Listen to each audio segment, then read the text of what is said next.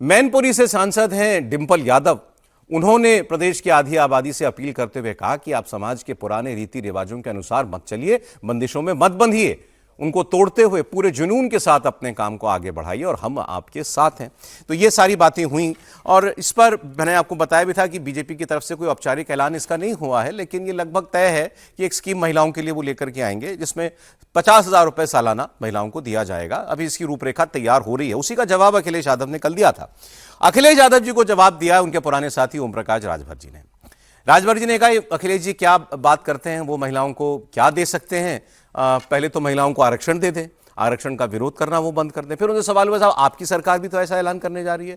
उन्होंने कहा आपने ध्यान नहीं दिया, मोदी जी ने ऐलान किया था लखपति दीदी बनाने का, तो हम जो देने वाले हैं ये कोई झुंझुना नहीं है महिलाओं के लिए, ये तो महिलाओं को लखपति बनाने वाली स्कीम है।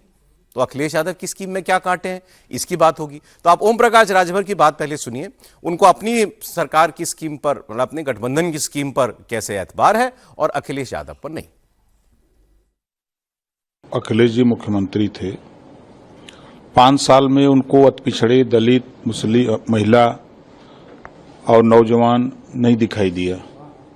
आज जब देश के प्रधानमंत्री माननीय नरेंद्र मोदी जी ने आधी आबादी महिलाओं की है, जब उन्होंने ऐलान किया कि हम महिलाओं को लखपति दीदी बनाएंगे, ये दिमाग में किसी को समझ में नहीं आया कि वो क्यों ऐसा बोल रहे हैं। उनका उद्देश्य था कि हर महिला को साल भर में 1 लाख रुपया कमाने के लिए हम रोजगार देंगे। उसी कड़ी में आपने देखा कि राजस्थान हो, मध्य प्रदेश हो, चाहे आपका बंगाल हो, चाहे बिहार हो, अब यूपी का चुनाव है, तो जो वादा उन्होंने किया है उस वादे के तहत महिलाओं के खाते में, भाई रोजगार करने के लिए पैसा चाहिए ना, बिना पैसे में रोजगार होगा, तो महिलाओं को रोजगार करने के लिए पैसे दिए जा रहे हैं। तो ये बात पसंद नहीं आ रही है, चाहे वो समाजवादी पार्टी हो चाहे कांग्रेस हो। इस नाते कि अभी आपने देखा लोकसभा सत्र चल रहा था, तो महिलाओं की सबसे बड़ी दुश्मन अगर कोई पार्टी है तो कांग्रेस और समाजवादी पार्टी। महिला बिल का विरोध किसने किया? ये अखिलेश जी के समझ में नहीं आता कि हम क्या कर रहे हैं।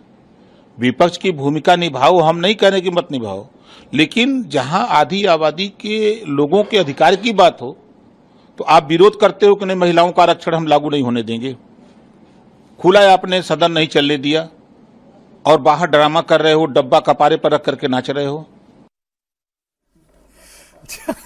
डब्बा कपारे पे रख के नाच रहे हो उन्होंने कहा, और उसके बाद उन्होंने ये भी कहा कि कपारे पे रख के जिसके फोटो लगा के नाच रहे थे उनका कोई आदमी पकड़ाया है?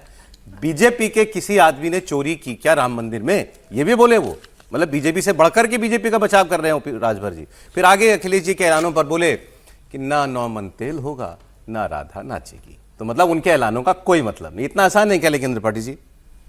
नहीं, देखिए इसको थोड़ा सा एक तो ये बात कर लें और उसकी शुरुआत यहाँ से करना चाहिए कि हम लोग इतने समय से कह रहे हैं और हम सब मानते भी हैं, समीर जी भी मानते हैं, समीर जी 2-3 बार बहुत जोर जोर से कह चुके हैं कि एकदम प्रचंड बहुमत में योगी जी आ रहे हैं, यूपी में कोई समस्या भाजपा को है नहीं। अब तो देखिए राष्ट्रीय टीम भी बन गई, विनोद तावड़े जी प्रभारी भी बनाए, मतलब कुल मिला के सब कुछ बड़ी रोजी पिक्चर है। हिंदू हृदय सम्राट, इतना विकास, लॉ एंड ऑर्डर इतना शानदार, उसके बाद भी जेबा में पैसा, ये पूछा जाता है भाई। हम इसीलिए तो कह रहे हैं ना, इसको संदर्भ के साथ बात करनी पड़ेगी ना। ऐसे थोड़ी नहीं चलेगा कि अखिलेश यादव विपक्ष में है, उनके पास और कुछ शोकेस करने के लिए तो है नहीं, उनको तो कुछ बताना ही पड़ेगा। अच्छा, अगर अखिलेश यादव कह दें इसी अंदाज में, ऐसे बढ़िया लाल टोपी सदरी उदरी पहने हुए कह दें कि हम कानून व्यवस्था दुरुस्त करेंगे, तो आप हंसने के अलावा कुछ और करेंगे? यही करेंगे ना भाई। समीर जी से पूछिए, हम कह रहे हैं, अखिलेश जी कह रहे हैं कानून व्यवस्था दुरुस्त करेंगे, तो आपको भरोसा होगा? अखिलेश जी कह देंगे कि हम उद्योग धंधे लेकर आएंगे, तो भी लोगों को शायद उतना यकीन नहीं होगा। लेकिन अखिलेश जी जब कह रहे हैं कि 40,000 रुपया हम दे देंगे, तो लोगों को लगेगा हाँ ये काम ये कर सकता है आदमी, क्योंकि इसमें कोई मतलब कुछ है नहीं ना, इसमें कोई ऐसी चीज नहीं जो कर देंगे। मैं ऐसा मुझे लग रहा, हो सकता है विजय जी को और समीर जी को, राजकुमार जी को अलग लगे। मुझे एक चीज जो सबसे मतलब खराब दिख रही, गड़बड़ दिख रही है, अगर इतना काम करने के बाद भी योगी आदित्यनाथ को कोई पैसा डालने वाली स्कीम लानी पड़ी, तो इसका मतलब यह है कि हम लोग कुछ ज्यादा ही ओवर एस्टिमेट कर रहे थे। नहीं, अब पड़ी हटा दीजिए, वो तो राजभर जी ने कंफर्म कर दिया ना, क्योंकि पड़ी सवाल तो उसी स्कीम पे पड़ी इसीलिए कह रहा हूं कि अगर पड़ गई तो इसका मतलब कि हम लोग योगी जी के सारे वो जो गुंडा खत्म, अपराधी खत्म, कानून व्यवस्था अच्छी, 24/7 शहर चल रहे हैं, बिजली शानदार, गांव गांव तक सड़क, सब कुछ तो बढ़िया हो रहा था।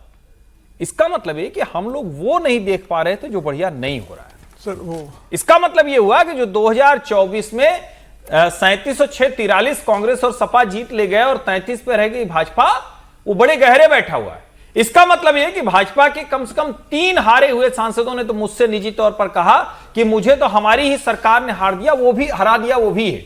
इसका मतलब यह हुआ कि उनका कार्यकर्ता जो उस तरह से कह रहे थे तो कहे कि अच्छा कैसे करेंगे, तो आजकल नाराज घूम रहा, कह रहा काम तो हमारा हुआ नहीं, सब कुछ है, ईमानदारी की बात बहुत होती है, लेकिन दूसरे तो सब कर रहे हैं।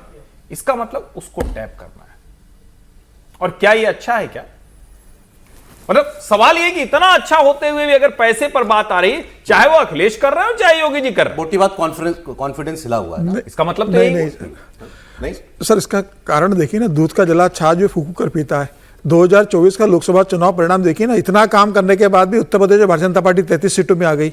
इतना काम करने के बाद भी प्रधानमंत्री मोदी 240 सीटों पर आ गए। इतना अच्छा काम करने के बाद भी बनारस में देश में प्रधानमंत्री मोदी 1.5 लाख से जीते। तो काम करने के बाद भी जनता ने इतना वो समर्थन नहीं मिला जो भारतीय जनता पार्टी को उम्मीद थी। तो लगा कि भाई सब कुछ करने के बाद भी अगर है तो ऐसा क्या है कि जो एडिशन पार्टी को कर सकता है, क्या है जिससे भाई काम के साथ साथ एक अतिरिक्त सहयोग पार्टी को हो जाएगा।